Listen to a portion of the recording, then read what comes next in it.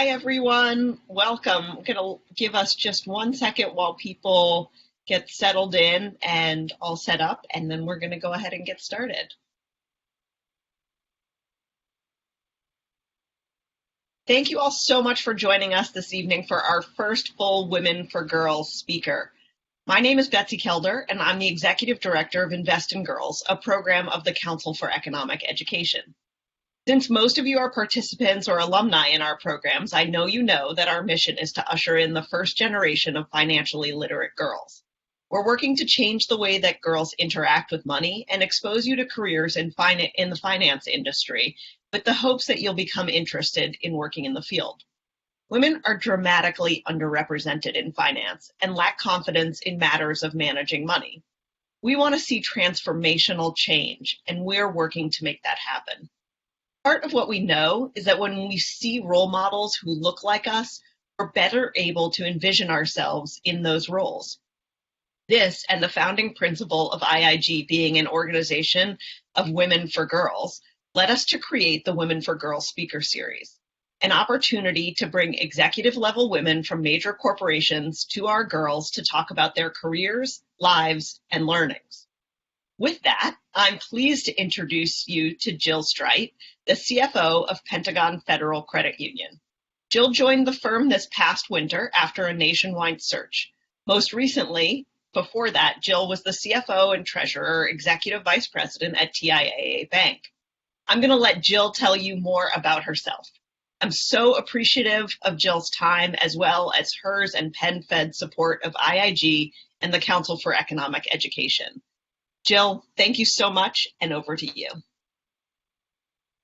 Thanks, Betsy. I'm gonna be honest with you guys. I've spoken before to a lot of different groups, and but this event and talking to a group of young women is probably one of the presentations that I've been a little bit more nervous about.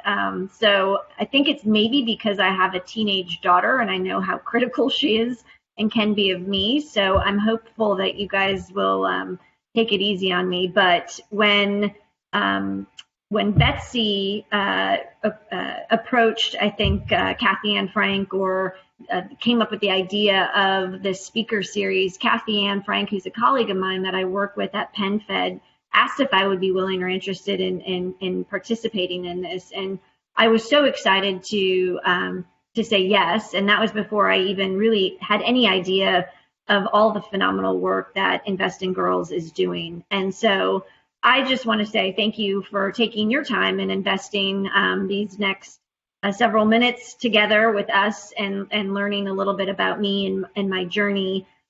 My goal tonight is hopefully, like Betsy said, to share my story and give you some insight into how I was introduced into the world of business.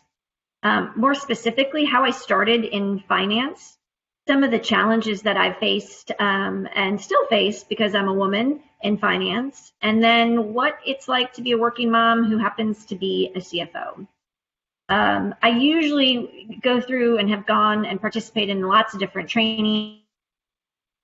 I always tell myself, if I learn one thing, then I consider that investment a worthwhile investment of my time. So I'm hopeful that tonight, just one thing that I say might resonate with you, or you might learn one thing. And if that's the case, then I consider this really time well spent. So let me start and share with you just a brief slide that really gives you a little bit of history about me. And that's not what I wanted to share. This is what I wanted to share, but it will give you just a little bit about history about me, and hopefully I call it me. And when I joined PenFed, like Betsy mentioned, February of this year, I used this in helping my team get to know me. So there's a lot on the slide, and there will not be a quiz at the end. So, but it's more so just to kind of let you know who I am and a little bit about my journey into how I got here. I'm most proud of being a mom. So I have two kids, Maya and Thomas, and you can see them in the upper left-hand corner. Maya is 14, like I mentioned. She's a freshman in high school, and my son Thomas will turn 13 on Monday. and he is in the 7th grade. You can see in the lower right-hand corner my dog, Bolo. That's his typical position. He's usually looking for belly rubs from someone. And his name stands for Be on the Lookout, and it couldn't be a more appropriate name for him because he's always up to something or into trouble. We live in Jacksonville, Florida, and I hate to say that because I heard the temperature up north was a little bit maybe below freezing today, so I'll spare you guys the details of what the temperature was like here today. But you can imagine living in Florida, I do spend a lot of time outside. So I'm a runner. You can see the picture in the upper right-hand corner under hobbies in the pink. That's myself and my sister and my mom participating in a breast cancer marathon that's run annually down here in Florida. Very proud of that. My mom is a breast cancer survivor, so it's been a tradition of ours. We participate in the marathon in all forms and fashions, running, walking, relaying, so definitely enjoy that.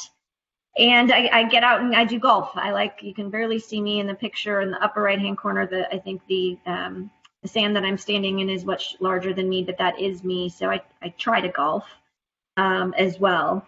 I grew up in Chicago, so like I said, I'm familiar with the cold weather. And after I graduated school from Miami University, I realized pretty quickly after going back to Chicago that cold weather wasn't really for me. And so I was lucky to spend 2 of my most favorite years probably of my life working and living in Australia. And that's you can see in the lower right-hand corner, that picture is the Australian flag. I went over there and worked abroad with Deloitte, which was one of the companies that I first started working in accounting and finance with. They are one of the big 4 accounting and consulting firms, and clearly they are a global firm. So I'll come back and talk a little bit more about that. But loved my experience with them and learned a lot from that company. My dad, he was a jack of all trades. He did just about everything, but was also a commercial airline pilot. So as you can imagine, travel was in my blood from a very early age, and probably one of the most interesting and challenging trips. I don't know if you could read the sign in that picture that has the mountain in the back, but I had the opportunity to hike to the base camp of Mount Everest, which, like I said, was probably a once-in-a-lifetime opportunity. I did it when I was much younger. I don't think I would ever go back and do it again, but I'm so glad that I did that. So now that you guys have had a little bit of an opportunity to get to kind of know me and who I am, and we'll get into some of the work experiences I kind of go through and share my story, I wanted to maybe talk about how did I get introduced into business? And I can start by saying that it really wasn't by choice. My very first job that I had was a paper route. And as you can imagine, or maybe not, because I don't know, I mean, newspapers are becoming pretty much extinct. But back when I was a kid, probably about 8 years old, I, living in the suburbs of Chicago, would get up on the weekends, and we would have a stack of newspapers delivered to the house. And my job was to fold the newspapers and stuff them into a plastic bag. And in essence, I would get into a Jeep, and I would open the back of the Jeep, and I would sit on the back, and my mom would drive the car, and I would, in essence, hurl the papers in the plastic bags to the neighbors who signed up for the newspaper. And I was hoping that I would hit the right house. I would rely a lot on my mom. I was hoping that the newspapers wouldn't go flying out. But I really, again, I learned from an early age that, working was kind of not an option. And it was something that we did and that my parents did. And I mentioned my dad was a jack of all trades. He didn't graduate from college. He, I think, drove a taxi. He built kitchen cabinets. He built houses. He worked construction, and he became an airline pilot. So a really kind of interesting and diverse background. My mother was a school teacher, and she was a working mom. She worked in a publishing company, and ultimately when I was a little bit older, she started selling real estate and became very successful in real estate. So again, I had two great role models of all different types of business. Sometimes my dad was running his own business. Other times, again, working for an airlines, a very big company. So I got exposed to all different types of jobs. But I will also say that the newspaper was not something that I chose to do. I am the youngest of four kids, and my brothers were the initiators. They started the paper route, and when they got tired of it, my oldest brother passed it down to my second oldest brother, and then when he got bored with it, he pretty much passed it on to me. So by default, I inherited the paper route. But I will say that from a pretty early on age, I did get that sense and that appreciation of what it was like to have some financial independence. I can honestly say that being 8 and doing a paper route, I was not financially independent from my parents by no means. But what it meant for me is that I could go to the store and I could get a candy bar, and I would be able to get it because I had my own money and I was able to pay for it myself. Or I'd ask my mom, can we go to McDonald's? And rather than, the standard answer of no, I had my own money. So it gave me that sense of what it was like. And that was important. And that was really, I think, kind of instrumental in setting the stage for my appreciation for the importance of understanding how to manage money and the importance of being financially independent. My next job was a little bit different, and my oldest brother kind of took after my dad and was very entrepreneurial. And when he was off at college, he realized that he needed money. He wanted to go hang out with his friends, buy things, do things, and he needed money. And he was spending money more than he was able to make it. And so he decided with his buddy that they would start a business. And it was a seal coating business. And so I'm going to make the assumption that not many of you know what seal coating is. And I desperately tried to see if I could find a picture of myself back in the day when I was doing it, but was unsuccessful. So I figured I would share with you just a couple of photos that really to help you guys visualize what seal coating was and what that meant for somebody like me when I think I started taking over the business when I was 16 years old. So in the lower left-hand corner, you can see a picture of a Jeep. That actually is a pretty good looking Jeep relative to the type of car that I drove around in. So I mentioned to you, I sat on the back of the tailgate and delivered papers when I was about 8. That same car was the car that I used to help me transport my seal coating tank, which wasn't quite as big as the one in the middle of the picture of the screen that you can see, but it was pretty close.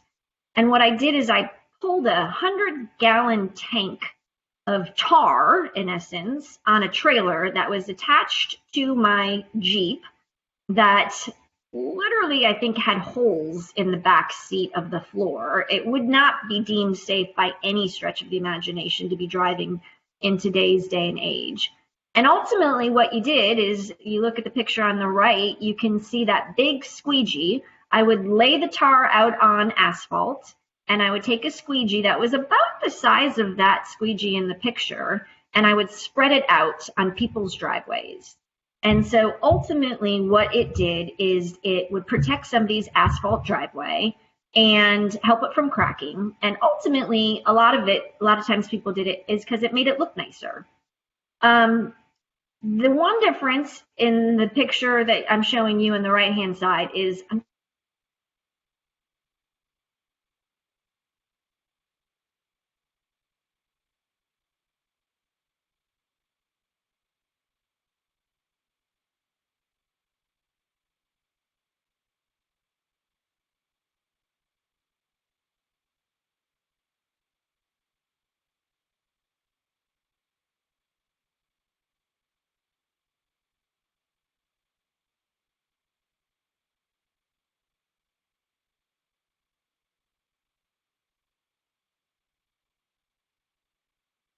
It looks like maybe we are having a little bit of trouble with Jill's connection, so hopefully we'll get that sorted out in just a moment. Um, I want to take this moment to let you all know that on the side there's a Q&A button.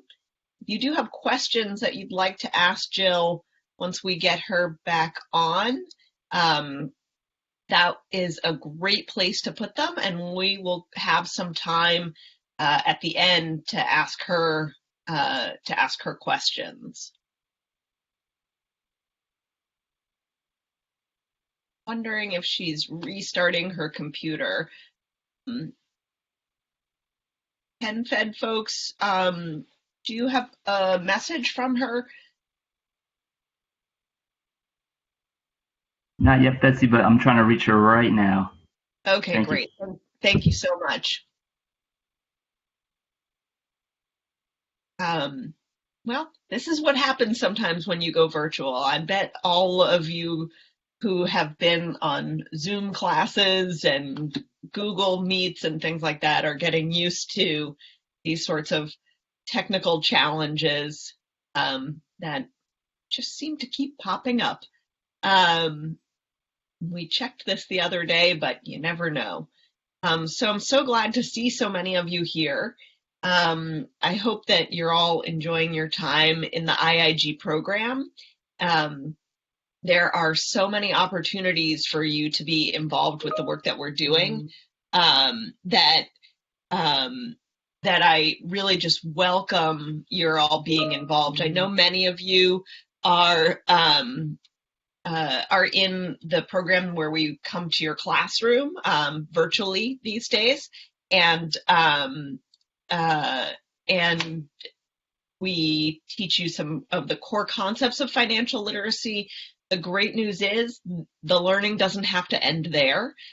We also have programs run by the phenomenal Invest in Girls program staff to do additional pieces of financial literacy and also programs that help to talk more about career access. So we actually have a program called Future Females in Finance. And some of you who are on this chat, I think, are on this webinar in that program where we bring in women role models and we talk really in depth about the careers that they have in finance. So you get to sort of try them on through case studies. And it's a really great opportunity to think about the very different roles that exist in finance, because there is such a range. It's not all the trading floor of the stock exchange or accounting, but there's everything in between as well, and lots of opportunities to be involved. So I'd love, I think you can use the Q&A or the chat. Let me know how are you enjoying the program, and are you looking to hear anything specific from Jill when she hops back on, or any questions about Invest in Girls. I also think we have some folks on here who are part of our one-on-one mentoring program. So that is a great opportunity to be connected with a woman who works in the industry and have a full school years long relationship with them and really be part of our mentoring community. Great question about how we know Jill. Absolutely. Thanks so much for asking that. Jill is a great friend of the Council for Economic Education, because her boss, the CEO of PenFed, was an honoree at our Visionary Awards just less than a month ago. So he had the opportunity to speak to primarily our individual funders and corporate funders, as well as be part of the different conversations that we have around economics and all of the different aspects of that.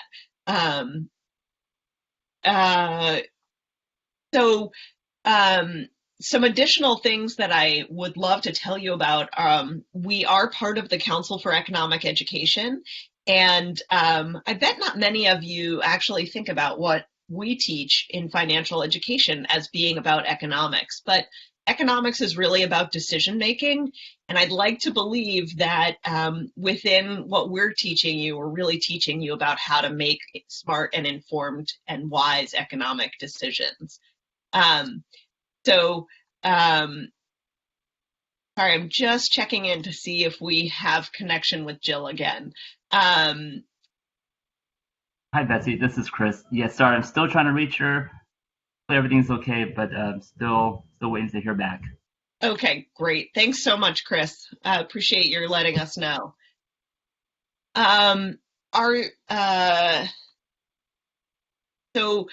So we had the privilege of having the CEO of PenFed join us for the Visionary Awards, which was a great opportunity to hear his take on where we are.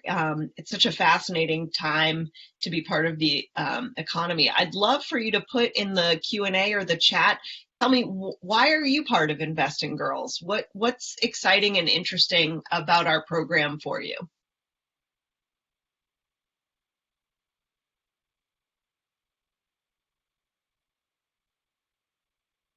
Oh, great question. How do you get involved if you're not yet in an IIG program? So one of the silver linings of the last few months for us has been that instead of just offering our programs through schools, we're offering them independently as well. So if you go to our website, investgirls.org, make sure you put the S on girls. There's a place where you can click on students. And if you see there's a place to enter your contact information. And when we start another group of girls, probably in the January timeframe, we'd love to include you in that. The first piece that you would learn is around becoming the CFO of your life. So learning about personal finance and budgeting, hearing about credit and debit cards, always one of my favorite lessons is understanding your credit score and credit and debit cards. And we also talk about reading a pay stub and how to think about spending and saving so that you can attain any of the savings goals that you have. And it's true that regardless of who you are, you can save, even if it's just a few dollars a month. The world of compound interest is fascinating. And in fact, one of the groups that we work with, the head of it, her email signature is compound interest, the eighth wonder of the world. And I think that that's really true.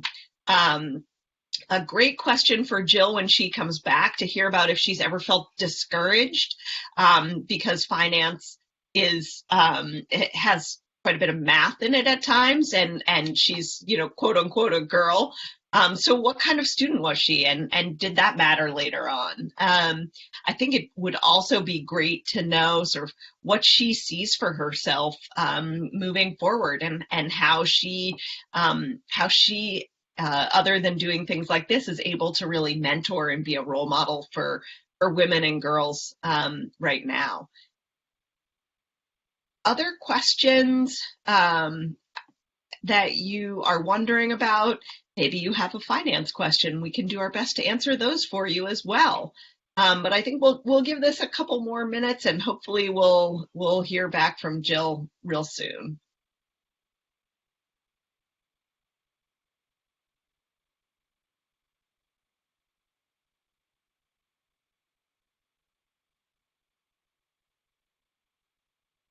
I know she was really excited to be talking with everyone, and it's been a real pleasure for me to be able to get to know her recently through our conversations and tell her more about Invest in Girls.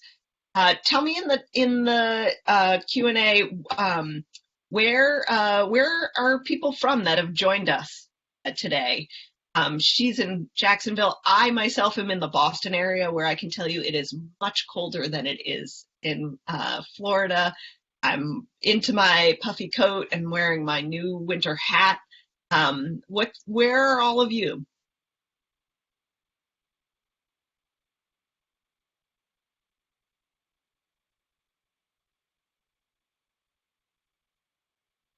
Great. Another question for Jill when we get her back on, the parts of her job that she finds most challenging. Thanks so much for that one. It's a great one. Hi, Betsy. It's Chris again. Just checking in. I still have not heard back from her after multiple attempts. I even texted her. So sorry for the delay here. Great. Thanks so much. Wondering,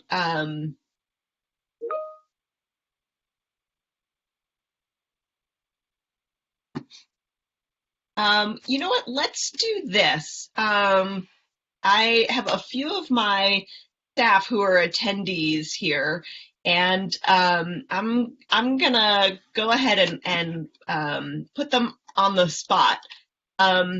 No, you don't need to turn on your camera because I didn't tell you I was going to do this ahead of time.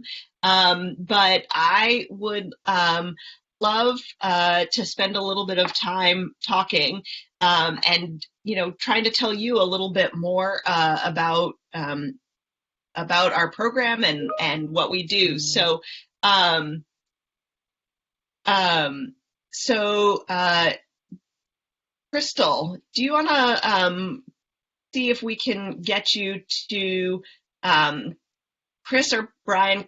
Can we promote Crystal and then I can have a conversation with her? While we're at it, let's see if we can get Nan, who's the CEO of the Council for Economic Education. It'd be great to be able to hear from her as well. Hey, Betsy, I just promoted Crystal. Great. So Crystal has created and runs our Future Females in Finance program and also our mentoring program. So Chris, are you there? Can you unmute?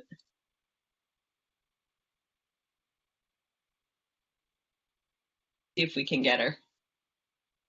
Hi, Betsy. Hey, how are you doing, Crystal? I'm well. How are you? Excellent. I would love to hear a little bit from you of what you've discovered on this journey of creating the Career Access Program and how you think it's benefiting the girls who are in the very first pilot program of it. Sure. So we are in week 4 of the program, and the girls in the program have had the opportunity to try on 3 different careers. They investigated what it's like to be a venture capitalist, and then what it's like to be a banker, and also what it's like to work in a firm that deals with sustainable investing. So it's been really cool to show them 3 totally different sectors, and they have done hands-on activities in all of those. And at the end of each workshop, they have the opportunity to decide if it's something they're interested in. And a lot of the times, different girls are interested in different things because some of them require a lot of soft skills and relationship management, while other jobs are more mathy or research-based. So hopefully it is showing the girls that they have lots of different opportunities to jump into different fields in finance. Excellent. And if I remember correctly, when you joined us, you didn't have a wealth of finance industry knowledge yourself, too, right? This is true. My background is all in math, and I jumped into this world and talked to many awesome women in the field who taught me more about what they do and kind of laid out the whole finance world for me, from banks to wealth managers to corporate finance. And it's really awesome to see how many different worlds you can live within, even inside of a finance career. So for instance, if you're really passionate about fashion, you can still work in finance at a fashion company and kind of put 2 passions together. And I think that's one of the coolest parts about it. Excellent. Could we promote Nan up to presenter as well so we can spend a little time hearing from another fabulous woman CEO that we have in our midst?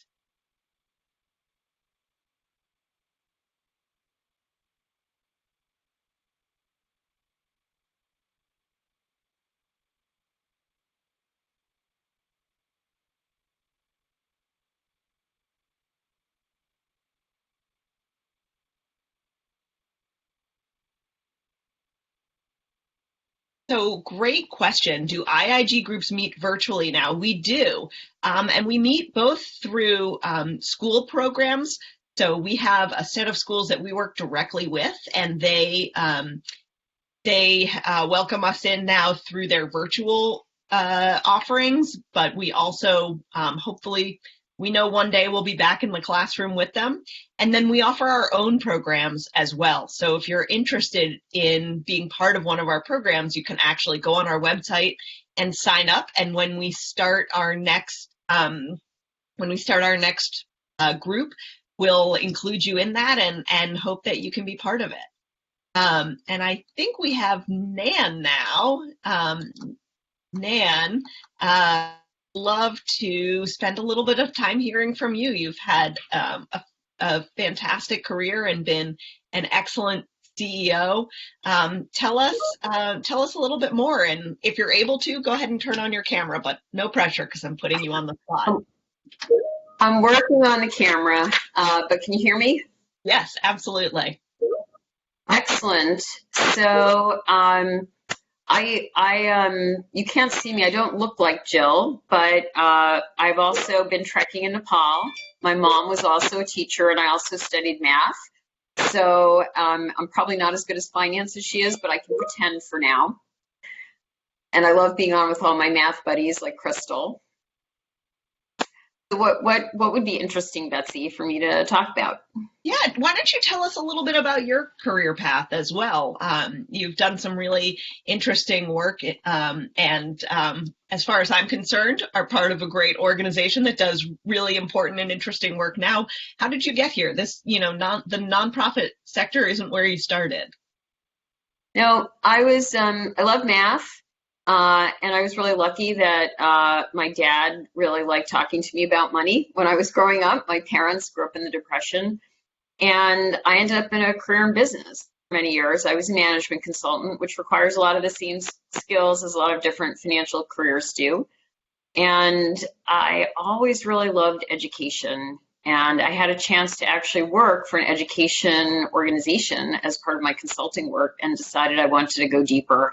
So CE was the perfect spot for me because it was all about finance, economics, business, education, and I got to reach a lot of young women who might want to do some interesting things, but like me, probably had not seen too many women above them that they could pick as role models. So when I heard about the Invest in Girls program and that they were looking to grow, I thought this would be a great combination for us, because it did have, as Betsy talked about, a bunch of different opportunities for girls, not just to learn about finance, but also to really understand all the different options that you could have when you know a little bit about finance and how it works. And even if you don't choose a career in it, you get a lot of skills that you can use in other ways. Betsy talked about learning economics and making good decisions about a variety of things. So I'm so glad that you're all participating in this program, because even if you don't decide to be a CEO or a CFO or a big finance person, these skills and capabilities are useful in almost anything that you would do. Absolutely. One thing that I love that the council offers, which we're working to get some girls involved in, and I'll thank Barry for prompting this question, is the National Economics Challenge and the National Personal Finance Challenge. Do you want to talk a little bit about what those are? Sure. So I would love every one of the young women on this call to say, I'm going to form a team with my buddies and participate. These are just really fun, wonderful learning events. So the idea is that you form a team with your friends and you get some help from your teacher, and you work together over the course of the year to develop some knowledge in either economics or personal finance. We have two different challenges. And then you get to compete at the state level, and if you're really good, at the national level.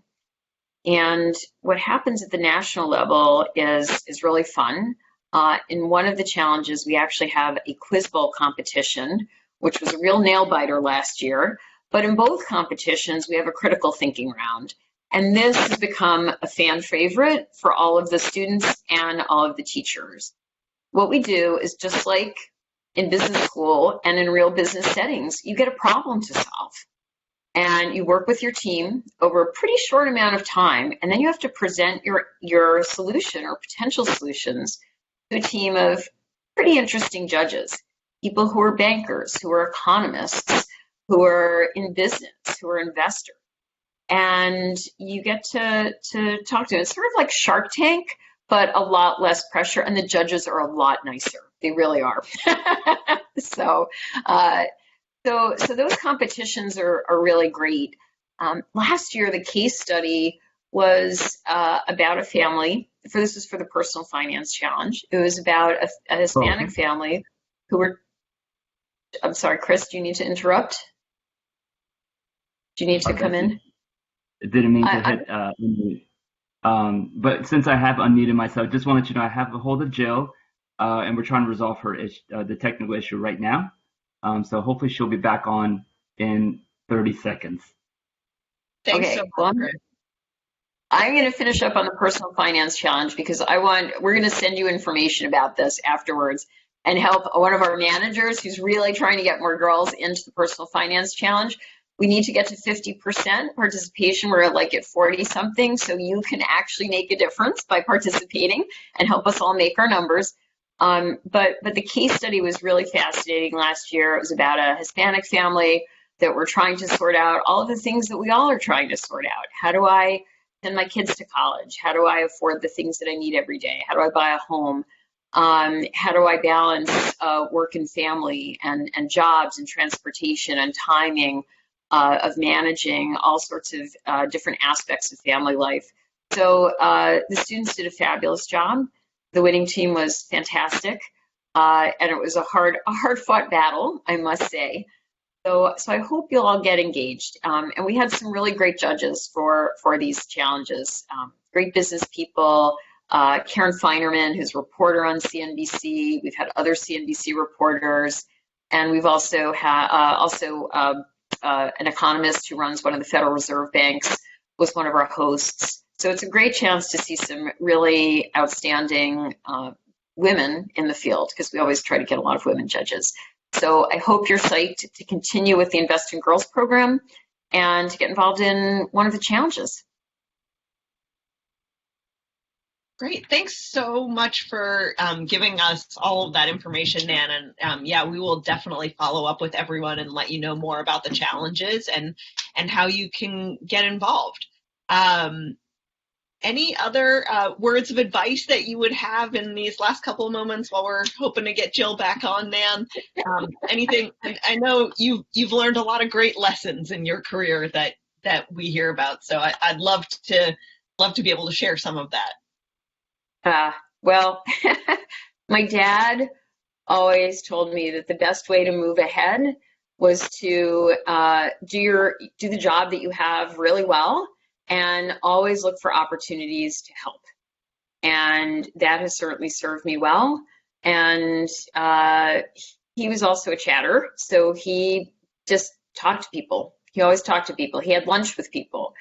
And he also said, when you travel, you should always bring your bathing suit because it's nice to take a swim at the end of the day.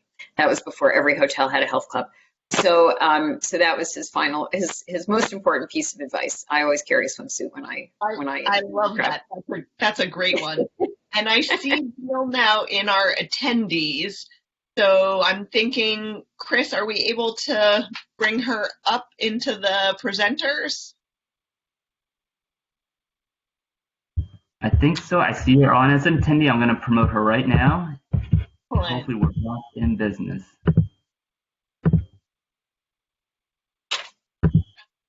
It says moderator has invited you to interact live. I think I heard her for a second. Sorry, that was from my phone, so there might be some feedback here as we bring her on. No worries.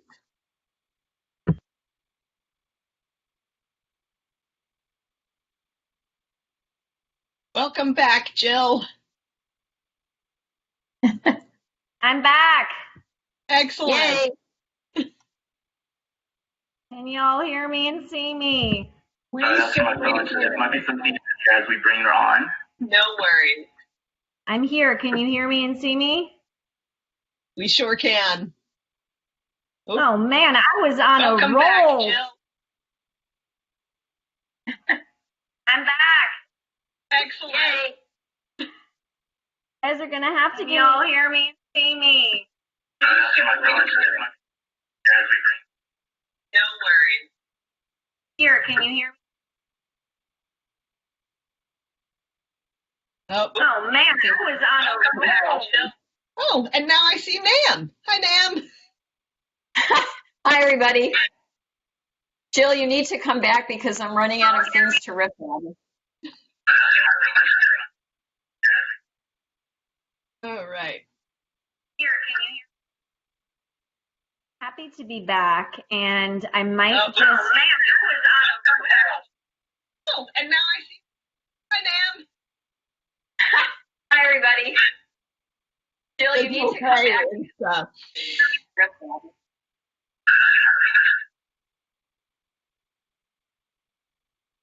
We seem Do we to have be Jill on a back? loop. I think. Be back, and I might. And now I. Hi, Nan. I'm worried we've lost Jill again, but let's see. She's muted her phone. Hopefully we'll get her back on. That's a lovely purple top you're wearing there.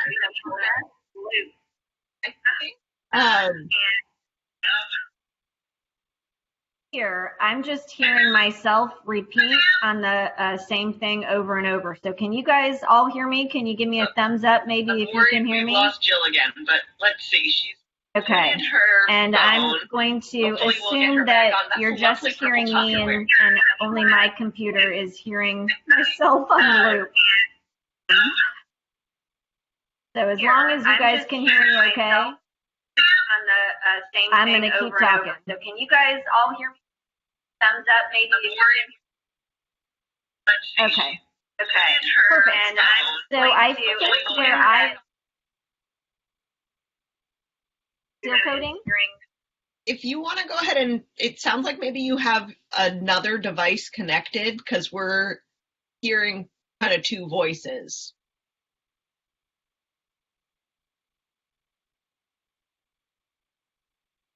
Jill, this is Chris. Do you have another tab open? Maybe you have a presenter link and an attendee link open at the same time?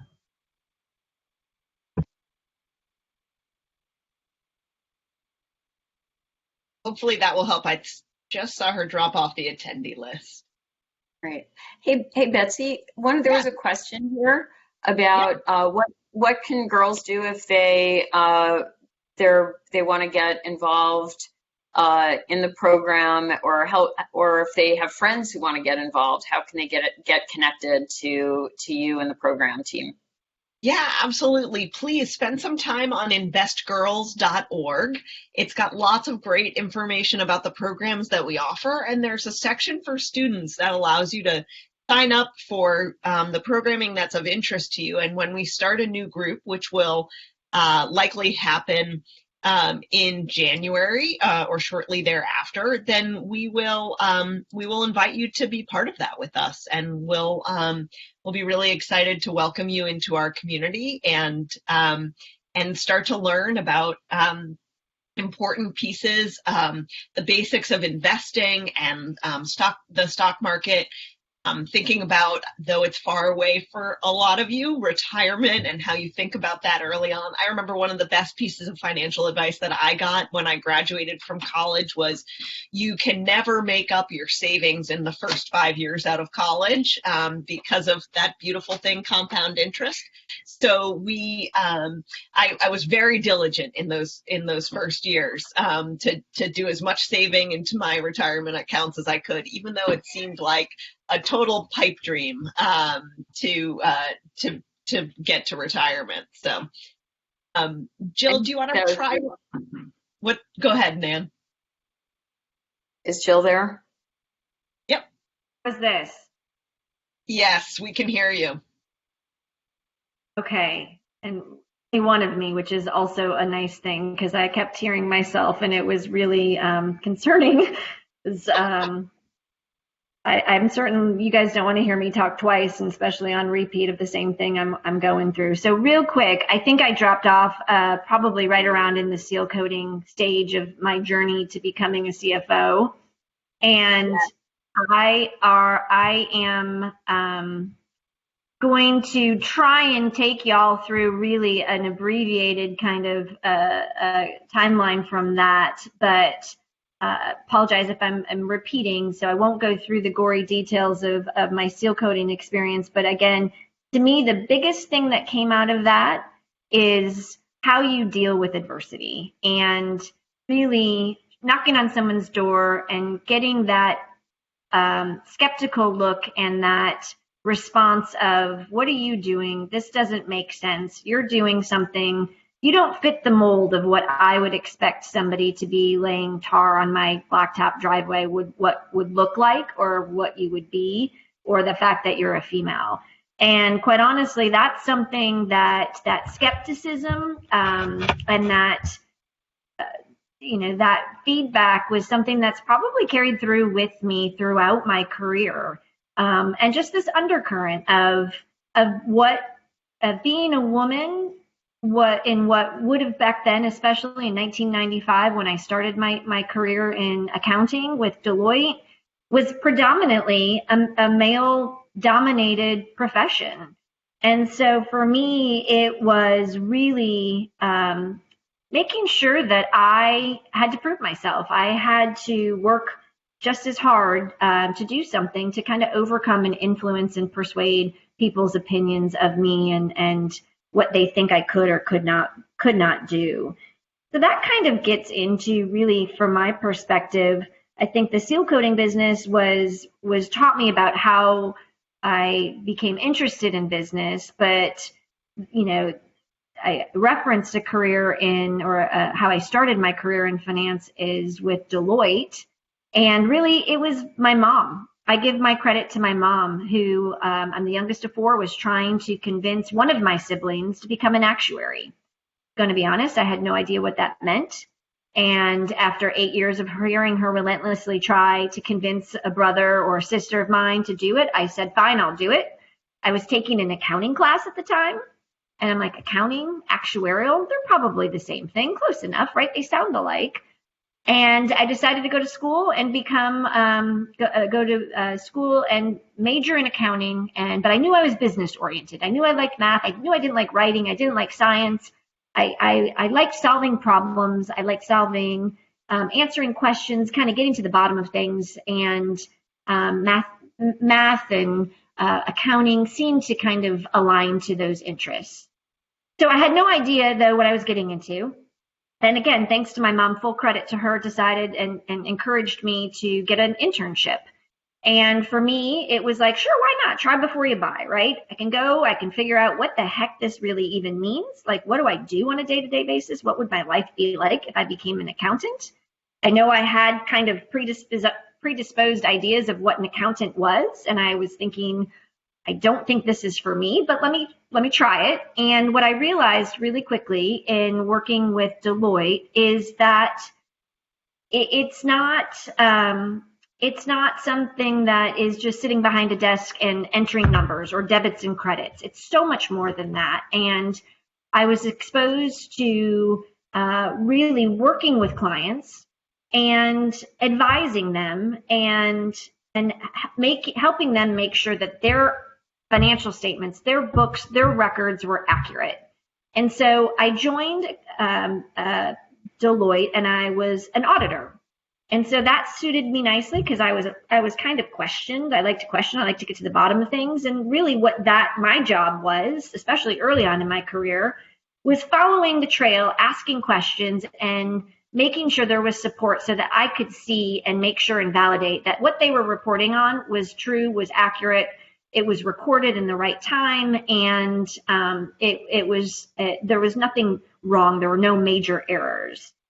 And from that, again, I think this idea of problem solving and combining that with numbers really was a good blending and a good opportunity for me to kind of, again, use what I thought my bigger talents were. I didn't realize how lucky I was in working with Deloitte, because when I joined in 1995, they had just started a women's initiative. And as you can imagine, 20 years ago, almost 25 years ago, again, predominantly a male-dominated profession, and it was really cutting edge for them to be investing the way they did in women. And one of the biggest things that I took from that, my time with Deloitte, was their focus on mentoring. And I had a very formal exposure to a mentorship program, but it was a little different because at the time when I was coming up through my career, there weren't a lot of female leaders. So most of my mentors actually throughout my career were men.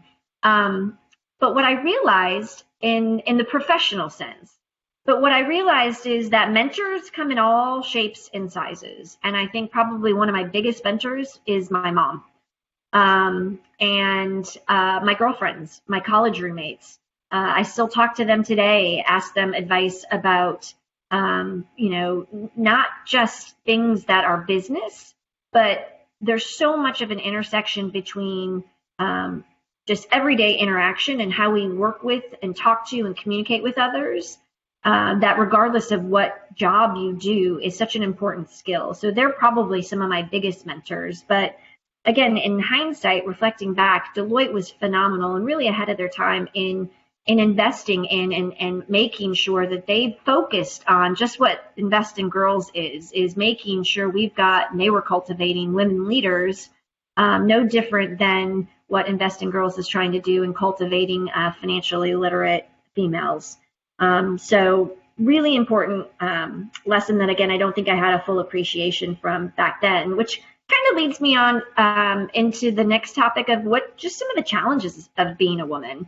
I think, again, what I didn't realize then was from my seal coating experience and why it was such a pivotal and pertinent shaping of me and who I am and how I dealt with people, and a precursor of what I probably still deal with today is this idea of skepticism.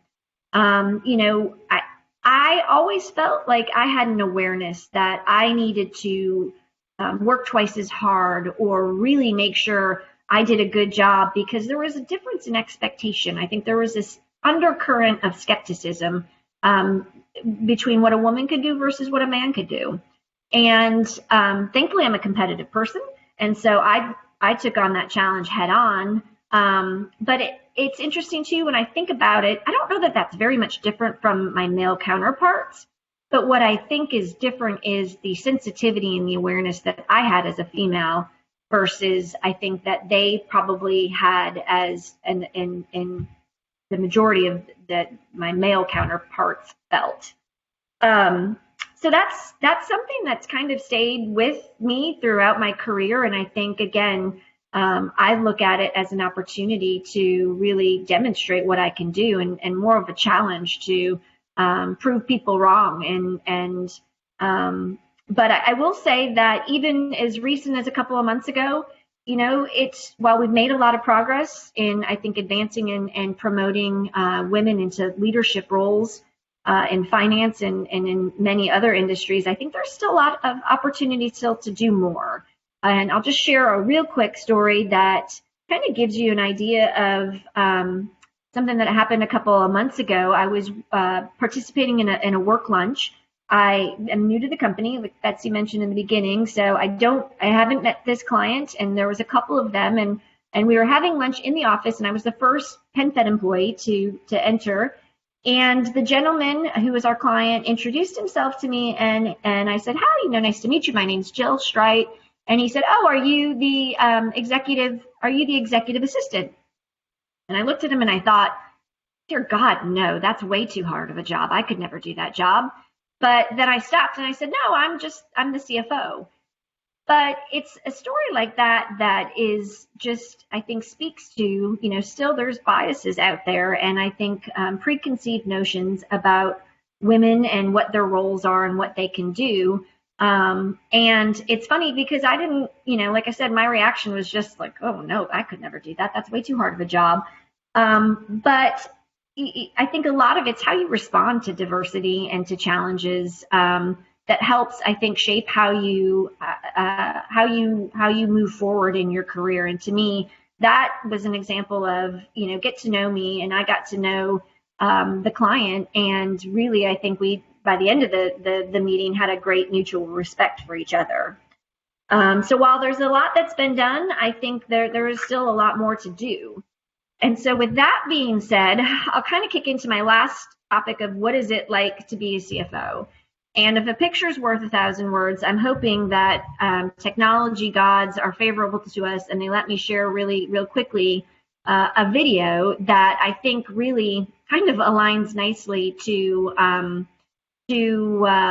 what it means to be a CFO and what it's like. And so let me see if I'm going to be allowed to share my screen. And we might not might have lost that ability to do that. But really, I can speak to it, and I think, thankfully, maybe I'm sparing myself the humiliation of sharing with you a TikTok video that I did earlier with my daughter over the last couple of days, who, like I mentioned, is 14. And so you're probably thinking to yourselves, what does a TikTok video have to do with being a CFO, or what are the commonalities of being a CFO and TikTok? And I will tell you that there are some. Coordination is probably one of the biggest similarities. Clearly, I am sparing myself from humiliating myself and sharing with you guys how uncoordinated I am. But a lot of what I do as a CFO for PenFed is around coordination. So PenFed, we're in essence like a bank. So we don't make products. We don't manufacture anything. We are in the service business. And so I have really great teammates in our businesses who are responsible for making loans so that people can buy homes, or issuing credit cards, or opening checking accounts and savings accounts. And what my job is coordinating and making sure that all of the activities that we're doing in our business are reflected properly and they're accounted for appropriately in our financial statements. So back to my days as being an auditor, I want to make sure that there's no errors, that everything's recorded in the right time, and that we're recognizing income, and we're not spending, or we're not saying that we made too much income or too little income. And so that's an important job and an important part of being a CFO. The other thing is timing. Like in TikTok, if your timing is off, it could be disastrous. So part of what I do is making sure we are reflecting everything in the right time, and we're recognizing income, we're recording expenses, and we're making sure we're doing it in the appropriate period.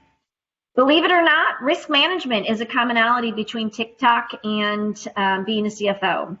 So in TikTok, I think, what you're trying to avoid, and this is what I've observed from watching my daughter and her friends do many, many, many takes of TikToks. And the reason they do so many is because they're managing their reputational risk. They're making sure that they don't post anything to their friends that's embarrassing to them.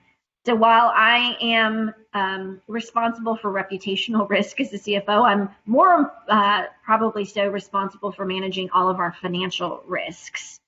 And finally, teamwork. I was doing the TikTok with my daughter, and I think as a CFO, my role is to support my colleagues and helping them and giving them the data and the information that they need to make strong financial decisions, and hopefully getting and achieving the best financial outcomes so that we as a company can be around for another 85 years. And most importantly, hopefully have some fun while we're doing it at the same time.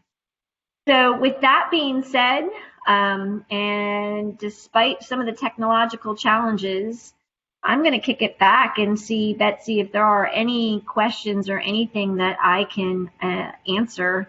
And I'm going to say a quick prayer for thanking the technology gods for not embarrassing me with having to display my TikTok video. Well, Jill, you can always share it with us and we can put it out on social media for you.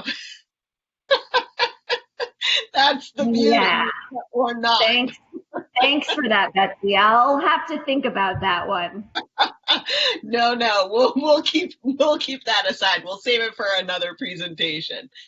It's a great analogy, though. Thanks so much. We do have a couple of questions. One of our attendees is wondering, what part of your job do you find the most challenging? That is a really great question, and it's interesting because the numbers are easy. It's the people that are the hard part, and I think that translates against any job, whether it be in finance or in any kind of profession. But you would think it would be the opposite, but a lot of times, again, you're having to find commonalities with others, and they may have a point of view, and you have to figure out how you can work to get to a solution and get to the outcome that, from my perspective, needs to make sure it's a financially sound outcome and a financially accurate decision. But it's the human element that is probably one of the most challenging things. Real quick, I will share, I did a brief stint. I got out of the corporate world and followed in my mom's footsteps and sold real estate for a period of time with my sister. And I thought, oh, this will be great. My sister and I will be able to hang out. We'll go shopping. We'll have lunch. And yeah, I'll sell some houses on the side. And I was so used to working with people in a professional setting that I was desensitized to the fact that there are all different walks of life, and different people have different views of your value. And that was something that I hadn't experienced. And I think really, again, typically you don't see an accountant or a finance professional going into sales. They typically don't go hand in hand. But I think that was really instrumental in helping me hone in on my communication skills. And how do you find some commonality between people who you would say, I don't know that there's anything that we have in common? But great question. Yeah, excellent.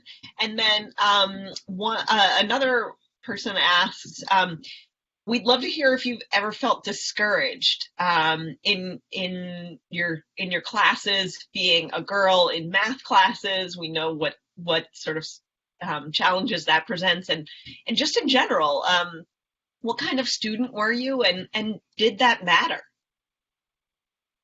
I feel discouraged every day for some reason or another. But I was not a naturally gifted student. I thankfully, again, I came from a family that had a strong work ethic, and I still actually saved to this day a letter that my brother wrote me when he went off to college, and he said that, Jill, talent only gets you so far, and you've got to be willing to work harder and outwork everyone else. And so that resonated with me. So I wasn't a great student. I had to work really hard. But at the end, it's, I think when you look at your studies from the lens of what are you learning versus what kind of grades you're getting, I think it's empowering because it frees you to not be so focused on the grade, and it allows you to focus on the really more important stuff, and what are you learning and how do you apply that and take that and provide value or add value. Great. Yeah, thanks so much. I couldn't agree more. I'll make one last call if there are folks who have any last questions.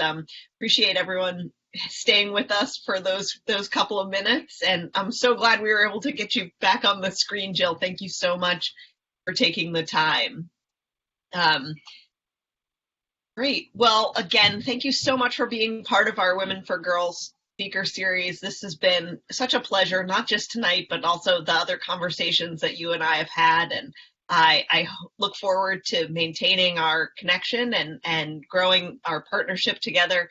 I want to let everyone know that our next speaker will be Suni Harford from Citibank, and she will be with us on January 28th. And we would welcome you all to join us there. You can sign up on our website. And we will look forward to seeing everyone again. Please do check us out at investgirls.org. Sign up for some programs. We'd love to have you all. And Jill, thank you again so much for those great words of wisdom. Love picturing you as a 16-year-old doing seal coating. I think that you have to have done some hard work in life. It really helps you understand. So thank you again, and thanks everyone for joining us. Thank you.